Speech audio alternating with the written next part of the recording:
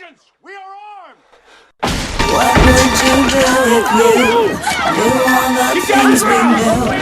Would you stand up for truth? Or would you turn away too? And then what if you saw all of the things that's wrong? Would you stand tall and strong? Or would you turn and walk away? What would you do if you knew all the things we knew? Would you stand up for truth? Or would you turn away too? And then what if you saw all of the things that's wrong? Would you stand tall and strong? Or would you turn and walk? I see a message from the government. Like every day, I watch and listen. So you've asked me to come and talk to you about the Constitution as a spiritual document. And I'm delighted to do so. In fact, I actually think this discussion is more important than the election. Because the founders of this country didn't care all that much about elections. Elections did not excite them very much. You know this from the Constitution itself. They put no schedule for elections in the Constitution. It doesn't have any sort of plan for primaries. They didn't even mention New Hampshire or Iowa. They didn't mention political parties. There's absolutely no mention of political parties in the Constitution. In fact, the founders didn't believe in political parties. They thought political parties would destroy the American experiment. They may be right. They didn't ever mention caucuses or conventions. They didn't say that elections should be held in November. In fact, in the first 50, 60 years of the American experiment, elections were held any time, for president, were held any time from the summer to the fall. They were held a whole different schedule. They didn't mention how you would do it. They set up this insane electoral college, and that was because some of them didn't trust the voters, and they thought, well, the voters might screw it up, so we'll have some elites to come in and settle things out. But they really didn't set up an election process. And there's a reason for that. They thought that we were citizens 365 days a year, not one day. They feared and knew correctly that the biggest danger in politics was that we would make it a spectator sport. That we would have a day, an election day, much like a Super Bowl, right? You'd have two teams playing, and you'd have graphics on TV, and everyone would watch from the sidelines, but not participate in a fundamental way in our political processes. And so elections to them were just a small part of the overall process. And so in an odd kind of way, it's very, very good that we would be out on this election day talking about the deeper meaning of the American experiment. And that deeper meaning is rooted in something that you won't hear mentioned very much in our politics. And that is that America was not founded as a Judeo-Christian nation. Now, John McCain said to me just the other day, I was interviewing him, he said, "We are a Judeo-Christian nation." That's a great line. And Hillary Clinton, last night I saw her speak, and at the end of her speech she said, "God bless America." And they all do. They all do. And I don't mind that. It doesn't bother me at all. We do have this wonderful thing called free speech. But we were not founded as a Judeo-Christian nation. And that's a really fundamental thing to understand. The fact of the matter is, the American experiment was founded as a response to, perhaps even a rejection of, the dominant Judeo-Christian paradigm of the late 18th century. Now, does this mean that the guys who founded it weren't Christians? No, most of them were. There were Jews among the bunch. The interesting thing is, we had a lot of Muslims in America at the founding of this country. Tons of Muslims. They were not allowed to practice, they were slaves. But understand that the people who were grabbed out of northern and northeastern Africa, northwestern Africa, were largely Muslims. So we had a huge Muslim population in this country. In fact, proportionally, our Muslim population was probably the highest at the founding of the American experiment. Much higher than it is today, proportionally.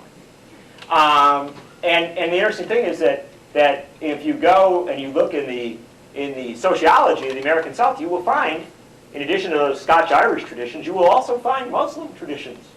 Fascinating interplay of all sorts of different religions at the founding of this country. Native American religions, deeply rooted in this country and highly respected by our first Secretary of State, Thomas Jefferson.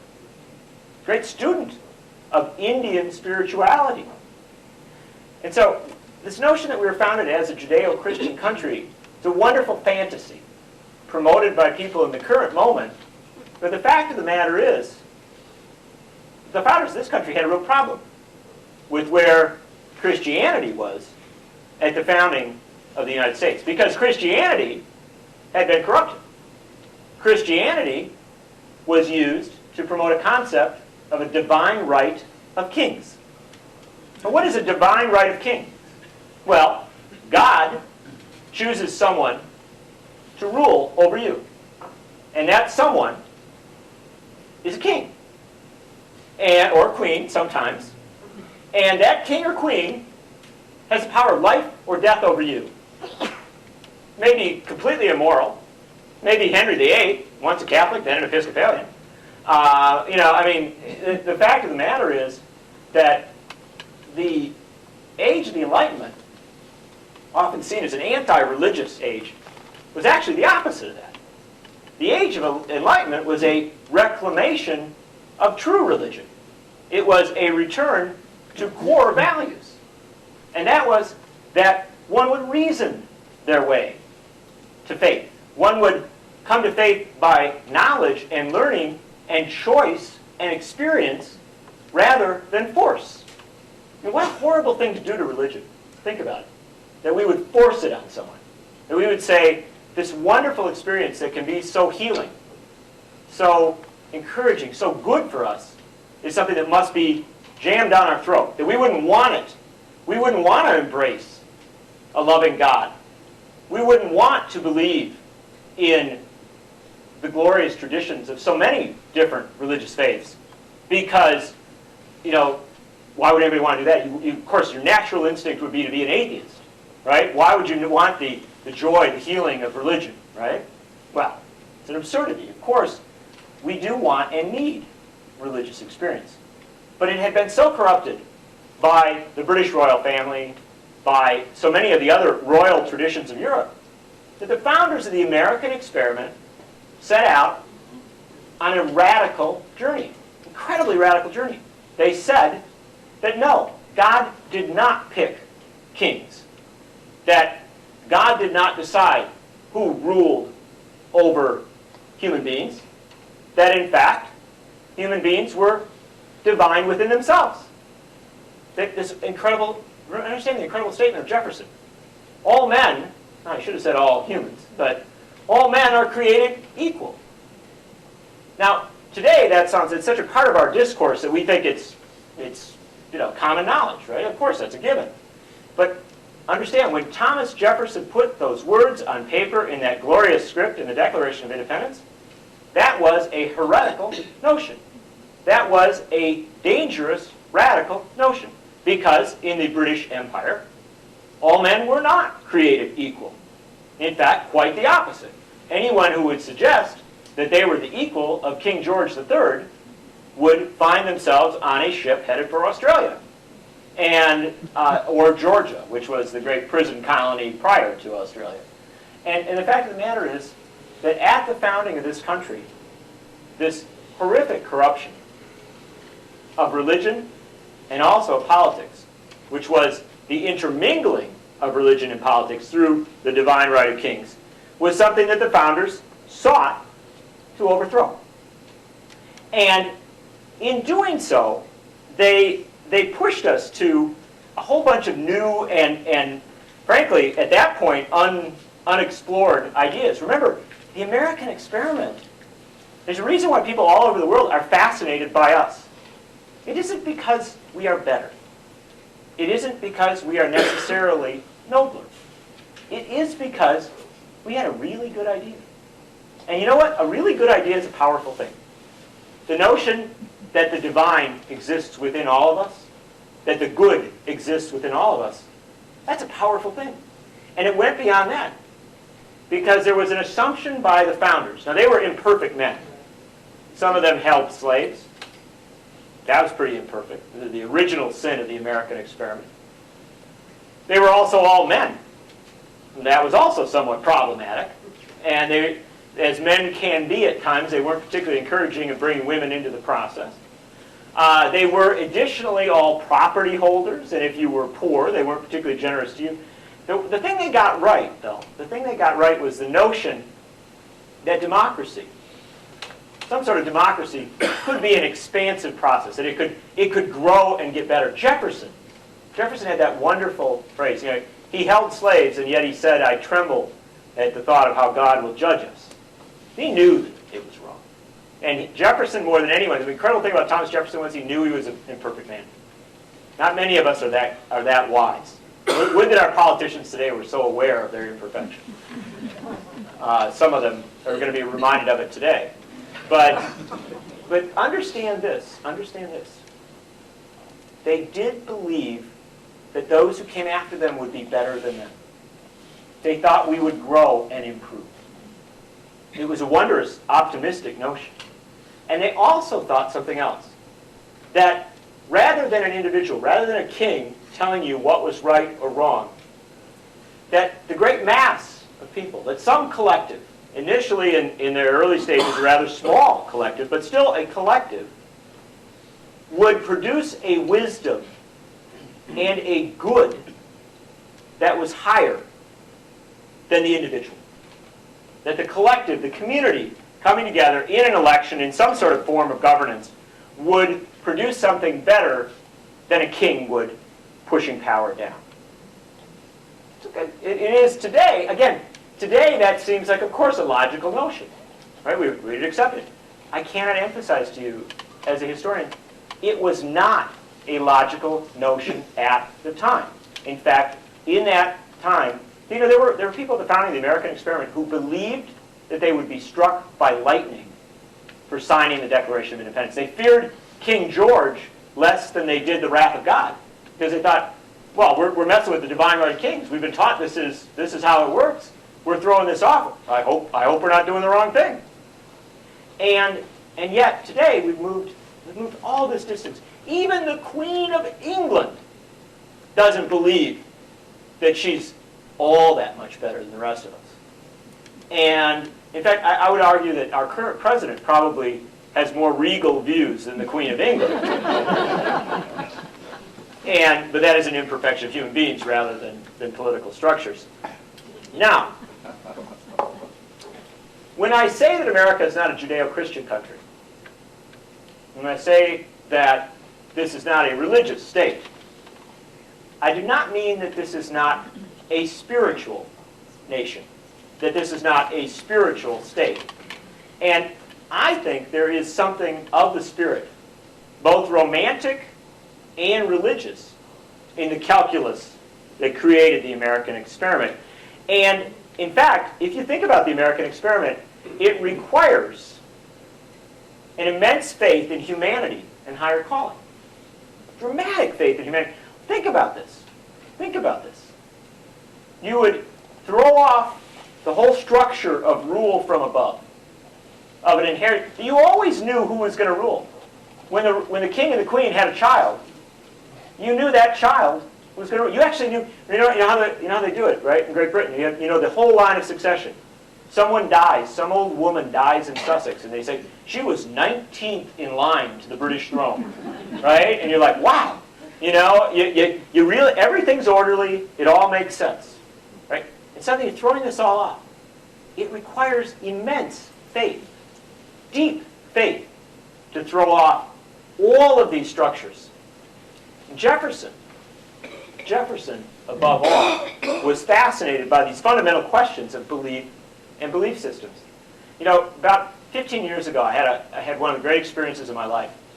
I was invited to come and visit the section of the Library of Congress that consists of the books, the remaining books that Jefferson contributed to make the library.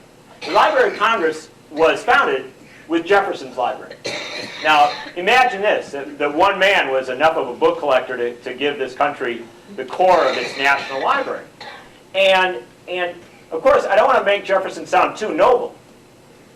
He sold his books to the federal government every time he went broke. And Jefferson went broke a lot. And so the incredible thing was, so he loved books. He said this wonderful phrase. He said, you know, I would sooner, I think it was, I'd sooner live without my freedom than to live without books. It was just, books were so important to him. And so what he would do is he would sell his library to the United States, get a big, you know, get $25,000, which at that time was a huge amount of money, and then he would go and buy a new library. And then he'd run out of money again, and then he would sell his library to the U.S. And the tragedy is that several fires, including in the War of 1812, when they burned Washington, burned large portions of his library. But there is, at the Library of Congress, a room with the remaining texts from his collection. And you want to know what they are, what those texts are? They're not the great books of the Enlightenment. It's not Rousseau or things of that nature. They are almost all religious texts. Now, the fascinating thing was that Jefferson collected books of spirituality, books of religion. And in that collection, which he contributed, were Qurans, were Torahs, were all the variations of the Bible. And also, you saw Indian texts. You saw Native India, Native American texts, American Indian writings and collections. You saw all Buddhist texts. He had Buddhist texts that had come from China. And the incredible thing of it was that Jefferson learned foreign languages so that he could read religious texts of different religions. Studied them all. And it said as much. In his writings, you will find that he said, you know, I borrowed this section of the Declaration of Independence from Native Americans. I borrowed these ideas he did not write the Constitution. He wasn't actually at the Constitutional Convention. But he and Madison had a daily correspondence. And he would send Madison suggestions. And Jefferson would say, I borrowed these ideas from Buddhist texts, these ideas from the Torah. And it all came back to us in a wonderful moment. A friend of mine got elected to Congress in 2006 from Minneapolis. His name is Keith Ellison. He's a brilliant young lawyer. And he was the first Muslim elected to the U.S. Congress. There's great controversy because Keith was going to be sworn in, and a congressman from Virginia, Virgil Goode, who amazingly enough represents Monticello. He represents where Jefferson lived, the Charlottesville area, said, and this guy, the irony of this is so good you almost have to, you couldn't imagine it. The guy who represents Jefferson's hometown says, I don't want this Keith Ellison being sworn in because he's a Muslim. He will not place his hand on the Christian Bible when he is sworn in. He's going to swear his oath on the Quran, and this is a Judeo-Christian nation. This is a Christian nation, and we start letting congressmen get sworn in, putting their hand on the Quran. Next thing you know, we're going to have Al-Qaeda running all over America. Now, I'm not kidding you. This guy said it. And you know what? They had all these radio stations. And all, well, Keith Ellison's going to get sworn in, putting his hand on the Quran. You know, and it's they're all, remember, this is a country which had a horrible attack in 2001, and we still struggle to reconcile our relationship with the billion people around the planet who are Muslim. And so there are all sorts of people playing all sorts of games with Keith's swearing in. And so we had a conversation, and I said, you know, it was because of this experience I'd had some years before. I said, Keith, I got an idea. Why don't you call the Library of Congress and see if you can swear your oath on a copy of the Quran from there? And he did, and the librarian said, absolutely, I will walk it over on the day you're being sworn in. And he did indeed go to the Jefferson room and take out Jefferson's Quran and bring it over, and Keith Ellison swore his oath with his hand on Thomas Jefferson's Quran. And Virgil Goode from Charlottesville sort of shut up. Because, of course, we had taught a little, small lesson about the American experiment. That, in fact, We were not founded. We were not founded to practice the corruption of Christianity of the late 18th century. But in fact, we were founded as a spiritually guided and spiritually enlightened state by the wisest men and women of the late 18th century.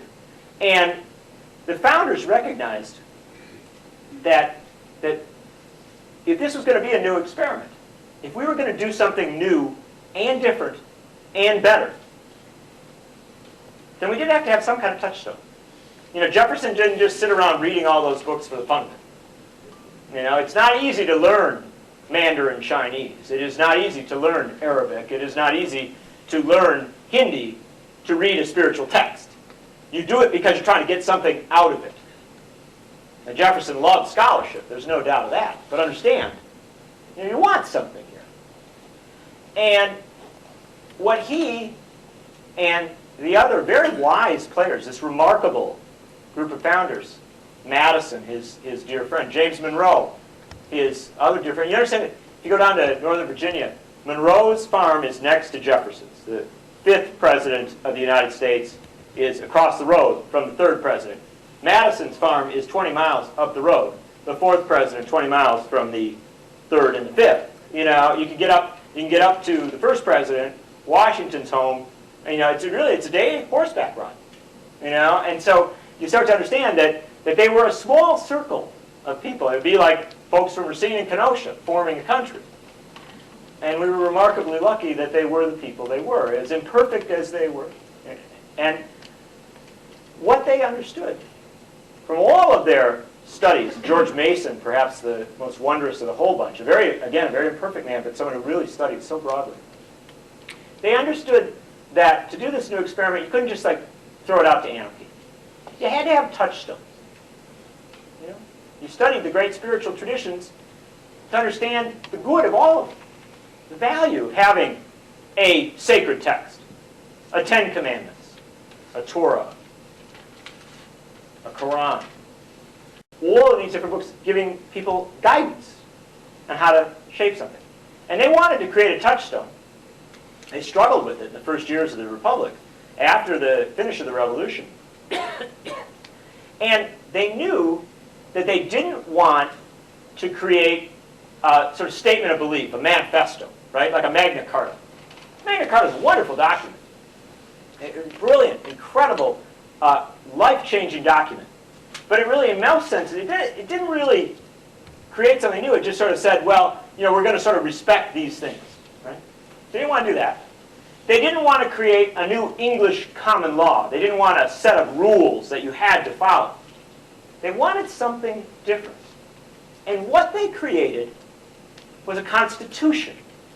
And the Constitution is so poorly taught today, so poorly understood, that most people do think that it is a legal document. And in some senses it is. It has legal significance. But it is not a legal document. It is best understood as an architect's drawing. It is a structural document. It explains a system and how we might, as a common people, come together to create a greater good. And the Constitution itself is, you know, the incredible thing about it is it's a framework. It is an outline of a system. And what is the point of that system? Two things. One, how we can come in, how we can come together as a people, create a republic, to create something beyond ourselves, not just pure democracy, but governance, and to move toward a rule of law, not itself being a rule of law, but rather a way to it, how we can come together and do this thing. But it is also, fascinatingly enough, and this is the genius of it, it is a control against the excesses of our communality. It says, yeah, we can come together and create something, but the one place where there are rules is that we can't create something too powerful. We can't create something too big, too strong, that might become the reflection of what we fought a revolutionary war against. And so the Constitution itself is at once a system, a structure, and a guard against what that system or structure might produce. Now, I realize I'm starting to sound a little like the mysteries of the Catholic Church.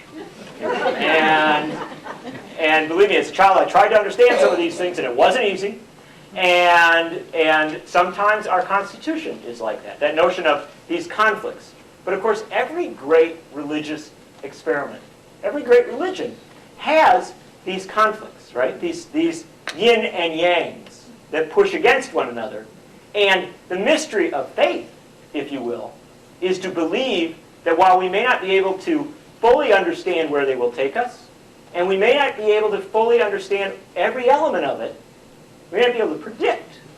And yet, if we believe in it, there is a good, there is a value that comes from that faith. And so, what are these controls against the excesses? This is a fascinating thing. We think of the Bill of Rights, right? The Bill of Rights put, George Mason, the great author of the Bill of Rights, the great proponent of the Bill of Rights, refused to sign the Constitution, refused to support its enactment until they attached a set of rules to the end because he so feared government. He so feared what government might become. Now, they had to listen to George Mason in the great American tradition because he was rich.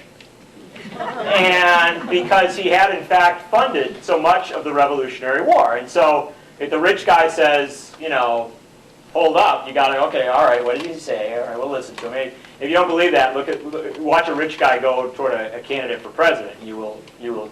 Amazingly, their hearing gets really good. But Mason was a good player in this regard. He really did fear that the American experiment, the revolution, could be corrupted by creating too powerful a government. So he said, we've got to have this Bill of Rights. And we all love the Bill of Rights. It's the only thing that most of us know about the Constitution, right? It's, somebody tells you to shut up, and you say, I have freedom of speech. And somebody tells you, well, don't take a gun into it. So I've got the right to bear arms. And, somebody comes knocking at your door because they want to check your house. So you say, you have to have a warrant. I've got privacy in my home, unless you happen to be using a telephone in the George Bush era, in which case you maybe don't. But unless Russ Feingold is trying very hard to make sure that the Fourth Amendment still applies, but it's a bit in flux. But we all, we actually have pretty good knowledge of the Bill of Rights. But you want to know something? The Bill of Rights isn't where the action is. The Bill of Rights is indeed exactly what it says. These are amendments. These are addendums. The system, the significant part of the system is in the core document. It is not in the amendments. The amendments are, the footnotes put on to remind us, you want to practice whatever religion you want? That's cool. We're not going to have a state religion or anything like that. Freedom of the press? That's cool. Go ahead. You go print up a newspaper if you want. But the core of the document, the control against the corruption of the American experiment, is in the core text. And it is in the system of checks and balances, in the separation of powers. Right? No government of the American experiment can be singular. It's not supposed to be able to do something on its own. You're not supposed to have a king who decides, well, I feel like doing this today, this is what America will do. No, you're supposed to have conflict. This wonderful conflict, the yin and yang, of a executive branch, a legislative branch, and a judiciary, all pushing and pulling upon one another to slow the experiment down. Right? This very radical experiment. And to say, well, it's a good thing, we want to try something new, but we don't want to do something stupid. I didn't totally understand the Constitution until I had a child. And you realize you want everything for your child. You want your child to be happy, you want everything to work, you want her to learn and do everything, but you don't want her to do it too fast. And you don't want to do it too high you don't want to climb too high, you don't want to take too many risks. And so you have this system of checks and balances. And separation of powers makes that work. But what did they put in the document as the fail-safe? Because in everything there's a fail-safe, right? You watch all those movies, right? And you got a nuclear plant or something like that, and if everything's going bad, there's a button you can push. Say, stop, something bad's about to happen. How do we stop it? the power to impeach? The power to impeach is exactly what George Mason said it was.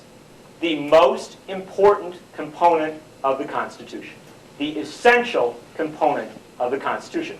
Well, why is the power to impeach so important? Why is it more important than the Bill of Rights? Why is it more important than the separation of powers? Why is it more important than everything else? Because we fought a revolution against the divine right of kings. We fought a revolution against a monarchy. And only the power to impeach allows us to protect against a president or a vice president acting in a monarchical manner. And understand, this was a huge fear of the founders. Thomas Jefferson had a great phrase. He said, if we only rely on elections, if we only worry about elections and nothing else, once you are elected, you can do whatever you want. No power to remove in the midst of a term, no power to hold to account. If we only rely on elections, then we make our president an elected despot. We say, and again, these are Madison's words, that the president is a king for 4 years. And as Madison said, we did not fight a revolution so that we could have a king with a set term. We fought a revolution so that we would not have kings. And understand the damage. You know, in England they had this terrible system where people waited for a good king, right? And you know, if you look back in English history, you will find there was bad King Richard and then good King Richard. There was bad King George and then good King George. And they actually, you know, historically, they judged their king by, you know, whether it's a nice guy or a bad guy. But what they didn't do was say, we shouldn't have a king. There was an assumption that the person in charge would be in charge and you would live with the quality of their humanity. If they happen to be nice, if they happen to be decent, then that'd be a decent period in your life. If they happen to be an evil, horrible person, well, that would be an evil, horrible person life or portion of your life. Well, the point of the American experiment was we didn't have to put up with that. We weren't going to live by the whims of kings anymore. But the only way that we don't live by the will of kings, that we don't live in a monarchy, is if we can say to a president, at the moment when he or she has broken faith with the basic values, the basic underpinnings, with the systematic structure of the American experiment, that you no longer have the authority to rule over this country. We do not have to wait till a new election. We have a structure in the document for holding you to account. That is why Mason said, no power in the Constitution is of more importance than that we maintain the power to impeach. That is why James Madison said, at some point, it will become necessary to impeach a president of the United States. Do not fear this moment. This is what we fought the revolution for. This was the point, in Madison's words, of the American Revolution, so that we were able to remove a ruler at the appropriate point, not wait until a good ruler came along. Now, it's a pretty radical notion. But, remember, this was a radical experiment. Tom Paine said the point of America was to begin the world anew. That we were not just starting this country for ourselves.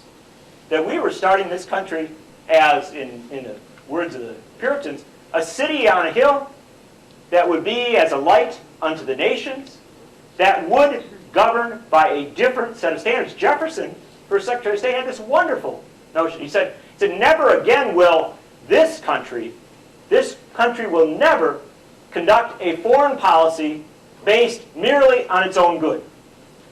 This country will have a moral foreign policy. Because if one nation conducts itself in the world along moral and decent and good lines, it will teach the rest of the world to do so.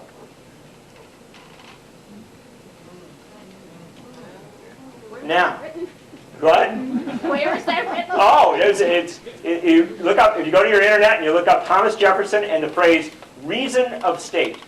Because a great corruption of empire was the notion reason of state. It meant that you could do something horrible to another country because it was for the good of your country, right?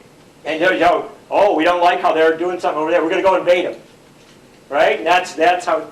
So this whole notion, I bring this up for a reason, because the founders knew that the great danger was not a king in and of himself. Monarchy was not the fundamental danger. The fundamental danger was that which extended from monarchy. Empire, the imperial state.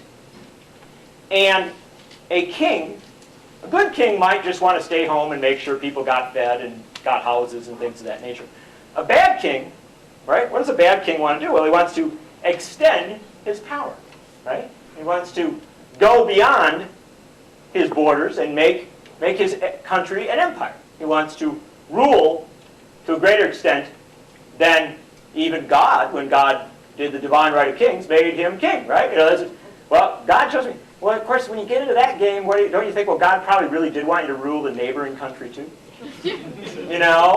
Why would God choose me to be king if God didn't intend for me to rule the whole planet? And that for a long time, popes had to sit with kings and say, no. God intended you just to have this country. Luckily, popes have pretty much gotten out of that business. And it's a very wise progression of the religious experiment. And even some other religions have been wise enough to get out of that game as well. The problem, of course, is that in this non-Judeo-Christian country, where we really did borrow from so many religious traditions and try to be something really new, we seem to have lost sight of that essential component of the American experiment. We would never call our president a king. And in fact, when we invaded Iraq, Donald Rumsfeld said in a speech, he said, "We are not an empire.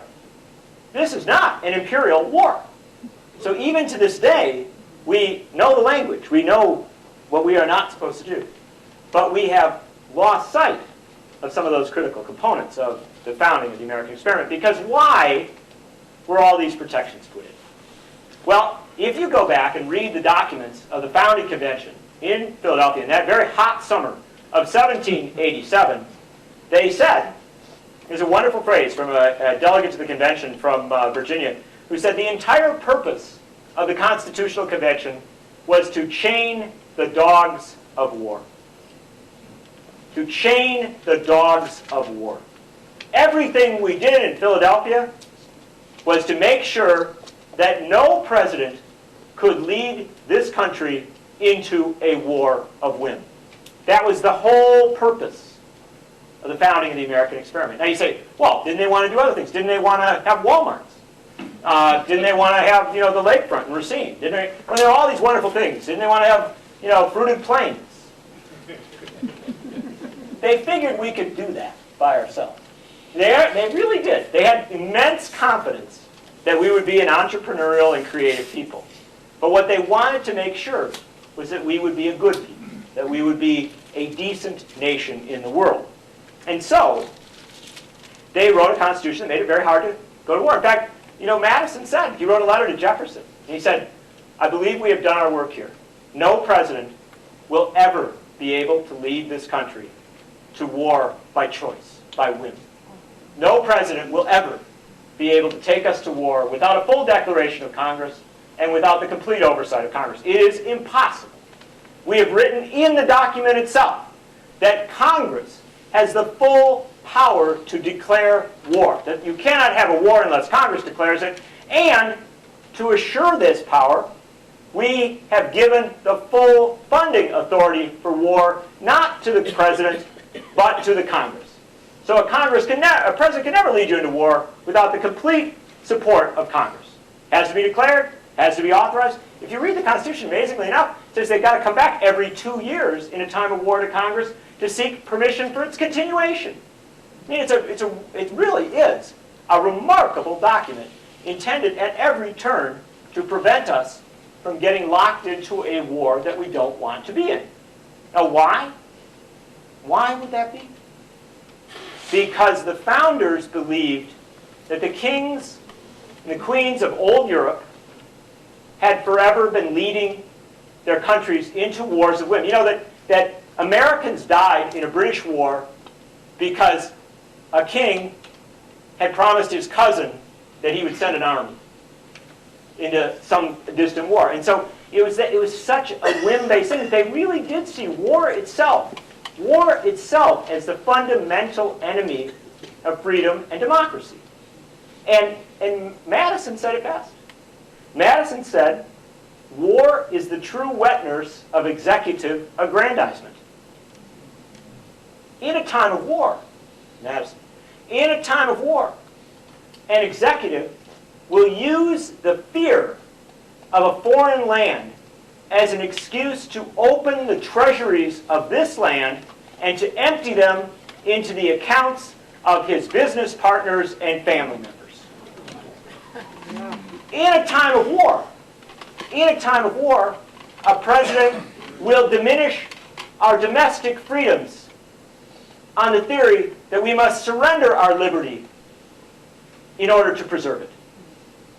In a time of war, a president will compel our children to fight and die in distant lands because he says it's necessary. And this is the most important thing Jefferson said. No nation can preserve its freedom in the midst of continual warfare, because war will always be the enemy of liberty. It's not Che Guevara, not Fidel Castro. It's not some distant leader, not Stalin or something. Our founders said war will be the destroyer of American liberty. And so they wrote a constitution with the primary purpose of preventing war. And with the impeachment clause included for the purpose of stopping war. For the purpose of stopping war. Now, you know, we've lost so much sight of the founding intents of this republic that this seems a radical notion. It is not a radical notion. At the founding of the American experiment, this was the common theory of the country. Do you know that in the War of 1812, which was a pretty stupid war. Now, admittedly, we've had a lot of competition on stupid wars since, but War of 1812 was a pretty dumb war. We were fighting over who got Canada. And we thought the British were coming in, and it's a crazy thing. It's an incredible thing. The Congress of the United States, when the British were on the edge of the city of Washington, actually bombing the Capitol, debated whether to defund the war. And the war won by 1 vote. So senators were in Washington with bombs being thrown at them in the midst of a war, voting on whether to continue the war. And they were standing up and saying, this country wasn't founded to be fighting wars. These are not unpatriotic people. These were people who had fought in the Revolution. They said the point of our first war was to not have more wars. Now, they were not stupid. They didn't want to be without defense. But they believed that a preemptive war, a war of whim, a war for a purpose when you were not attacked for some reason other than defense, was immoral. And this held true in the American experiment for a long time. In the 1840s, when America fought the second worst war in our history, and I have to tell you, I actually believe that the current war is the worst. And I'm something of a student of these things, and there's certain hierarchies. I actually don't believe George Bush is the worst president in American history. Warren Harding was unbelievably bad. But I do believe the current war is the worst war we've ever fought. And there was a young congressman who was elected from out in the Midwest in 1846 on an anti-war ticket. And he went off to Washington. And you got to think of this guy as like the Dennis Kucinich of his day. He was militantly anti-war. And he went off to Washington, and he, in the midst of this second most immoral war in American history, which is the Mexican-American War. Again, not well taught in our history now, but understand the reason for the Mexican-American War of the 1840s. James K. Polk was elected President of the United States, and he was a slaveholder from the South, and he was looking at the reality of the world. Have you seen this new movie, Amazing Grace? If you haven't, you should. It's a wonderful film. It's about the religious underpinnings of the anti-slavery movement, and about Wilberforce in Great Britain, and how there was essentially moral people said at a final point, yeah, you shouldn't, holding slaves is a pretty bad idea. Well, there's a historical underpinning here. The world in the 1830s and 1840s was throwing off slavery. Country after country was banning slavery. So we had a slaveholder president, James Polk, who was frightened by the possibility that this country would no longer allow slavery. And so he created an excuse for war to expand American territory south of the Mason-Dixon line so that you could add new slave states, on the theory that in creating more slave states, you could forever enshrine the original sin of the American experiment, human bondage. Now, this young congressman thought that was a pretty bad idea. So he went off to Washington to expose the immorality of the war itself. And he did something called a spot resolution. Each day that Congress was in session, this young congressman went down to the floor of the House of Representatives and he said, President Polk, you have said we launched the war against Mexico because Mexicans attacked Americans. I challenge you today to show me the spot on which a single drop of American blood was shed by a Mexican. A single American was harmed by a Mexican to make the justification for this war. And if you cannot do so, then I say that you must be removed from office for lying to the American people and sending us into an imperial war, not a defensive protection of this country. That this is a war for empire, it is immoral, it is wrong, you must be removed. So show me the spot or you must be removed. Each day he did this, and amazingly enough, President Polk did not respond. So finally, the oldest member of the House of Representatives, former President John Quincy Adams. He's a really good guy. Now, his dad was kind of a schmuck. I know they all love John Adams now. Come on, I'm sorry. John Adams was a petty royalist, right? Thank God for Jefferson getting him knocked out of office. But John Quincy Adams, the son, was a pretty good guy. He was the former president of the United States. He was also a lawyer. When the Amistad slaves did their mutiny on the ship, and they challenged this seizing of their bodies to force them into slavery, and they challenged it legally, they needed a lawyer to represent them before the U.S. Supreme Court. And John Quincy Adams, the former president of the United States, volunteered to represent them and put their case before the Supreme Court. Now, we think Jimmy Carter is a good former president, and I actually think he is. I think John Quincy Adams was a great former president. He stood at the side of African slaves who did not speak English and represented them against the whole slave power of this country. Now, John Adams saw this young man, John Quincy Adams saw this young congressman doing the spot resolutions. And he said to him, my friend, I can work with you. I like you. Let's do something here.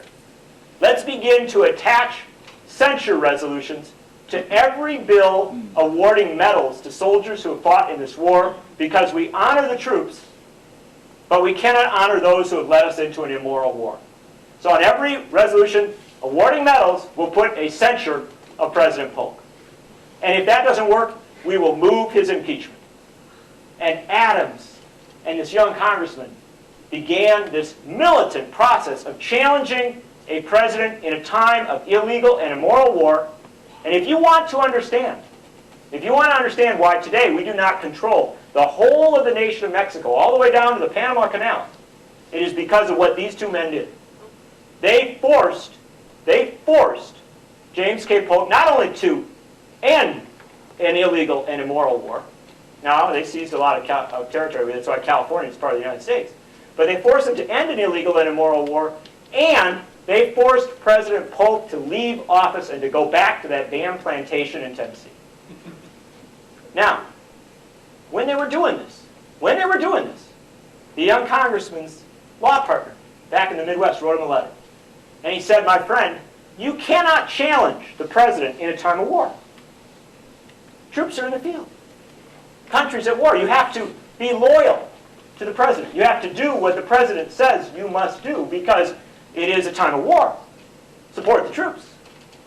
And the young congressman wrote him back a letter. I'll read just this tiny portion of it. He wrote, the provision of the Constitution giving the war-making power to Congress was dictated, as I understand it, by the following reasons.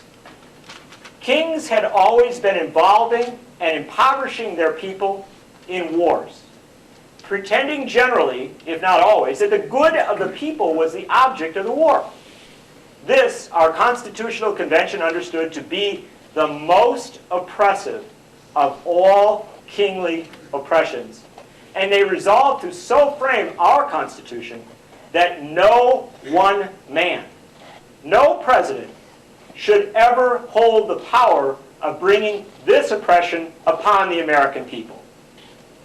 Your suggestion that a president must be allowed to make war as he chooses, and that a president may not be challenged in a time of war, even removed from office, destroys the whole matter of the American experiment and places our president where kings have always stood.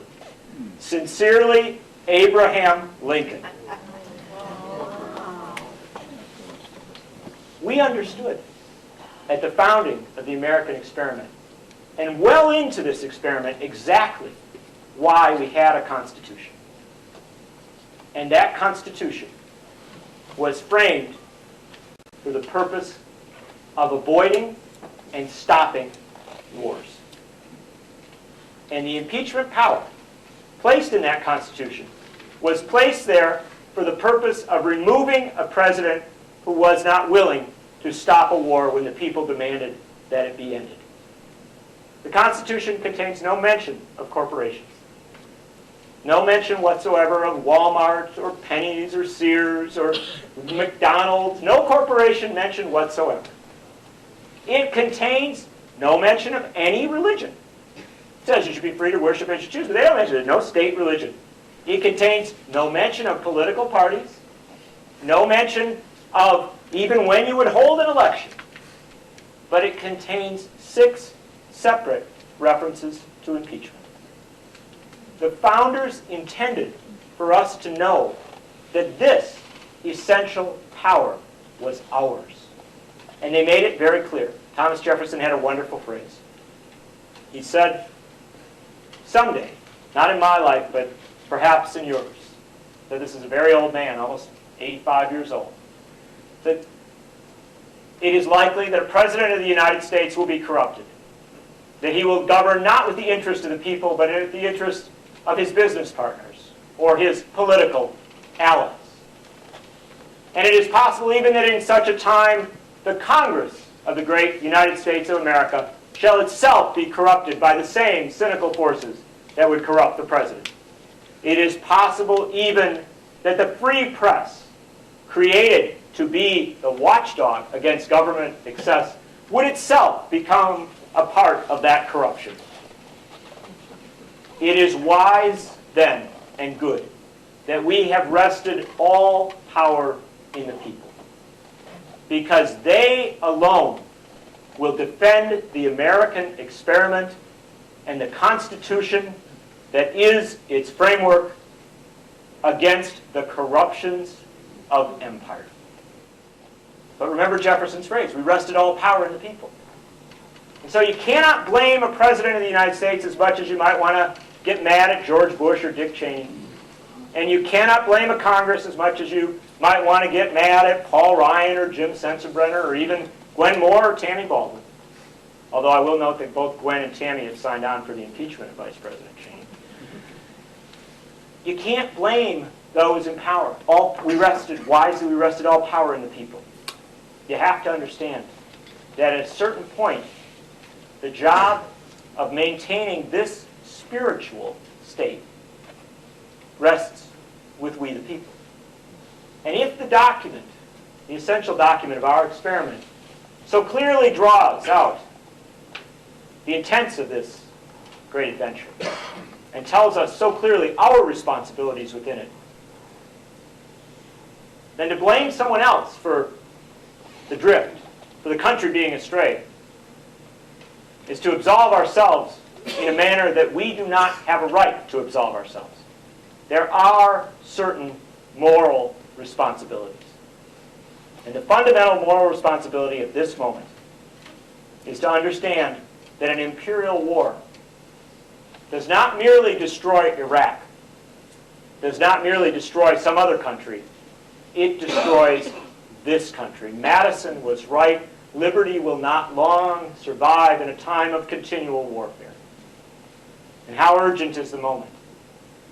Every 10 minutes in Iraq, an innocent civilian is killed by the current war.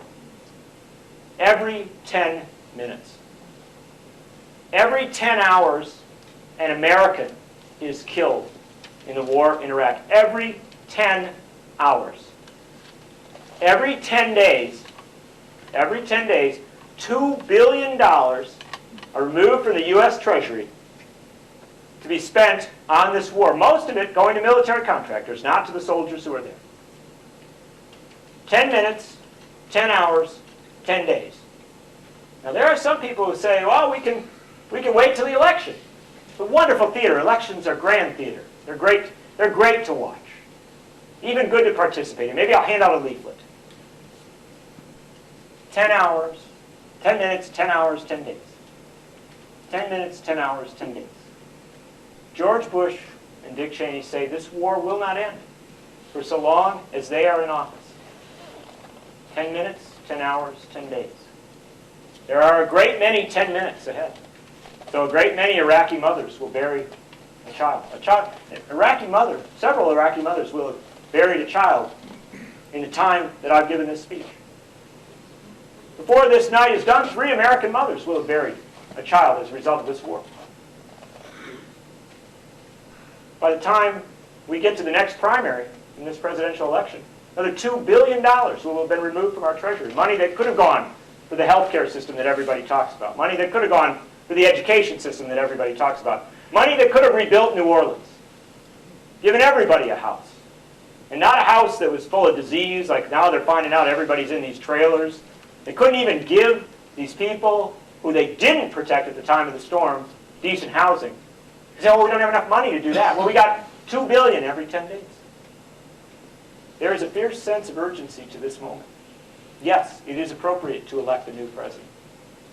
But it is also appropriate to remember that if we take our Constitution seriously, if we take this American experiment seriously, then we have a responsibility to ask ourselves a fundamental question. Do we really think that we have the time to say, oh, well, we'll let George Bush and Dick Cheney finish this thing out? They say this war won't end as long as they're in office. Say, well, we can wait. We can wait another 9 months, 10 months, 11 months. That's okay. We can hold our breath that long. The mother in Iraq can't. She's got to bury her kid. The mother in America can't. She's got to bury her kid. People in New Orleans can't. They don't have housing. They haven't been rebuilt. That's what the Constitution is about. The Constitution is a moral document. It doesn't tell us what our morality should be. It tells us how to act upon our morality. And what it tells us is that when we are in an immoral and illegal war, we have a citizen responsibility to stop that war. And if a president will not stop it, then we have a citizen responsibility to remove that president from office. Thank you very much.